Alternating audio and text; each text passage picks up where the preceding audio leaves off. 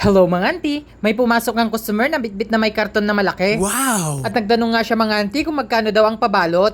Kaya naman mga auntie, sabi ko ganitong size ay 35 na ang pinakamababa kong kuha. At ang sabi ko mga auntie, yung normal or plain wrapping lang ito. Kasi kapag special wrapping ay uabot to ng 50 to 60 ang presyo. At nagtanong nga siya mga auntie kung wala daw ba mas bababa dun sa 35. At sabi nga niya mga auntie, yung pang 25 lang daw. At ito nga lang ang nasa isip ko mga auntie, ganitong wrapping ang pwede doon.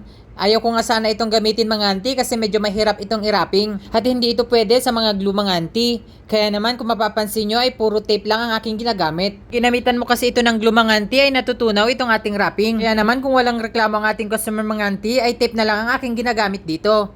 Kahit double-sided ang ating gamitin dito mga auntie ay hindi nakakakapit pa rin ito ng mabuti. Kaya kung makikita nyo mga auntie, puro tape lang yung aking ginagamit. At bago ko pala ito ni-wrapping mga auntie ay tinanong ko muna si customer kung para kanino ba itong regalo ay para daw ito sa baby boy. Kaya naman sabi ko mga auntie, itong kulay blue ang ating ilalagay. At umuo naman si customer dito mga auntie. At dahil nga dark yung ating ginamit na wrapping mga auntie, ay gagamit tayo dito ng ribbon na kulay light. At ito nga mga auntie, light blue yung ating ginamit na ribbon. At ayusin lang natin yung pagka-ribbon natin dito mga auntie para maganda naman itong tignan.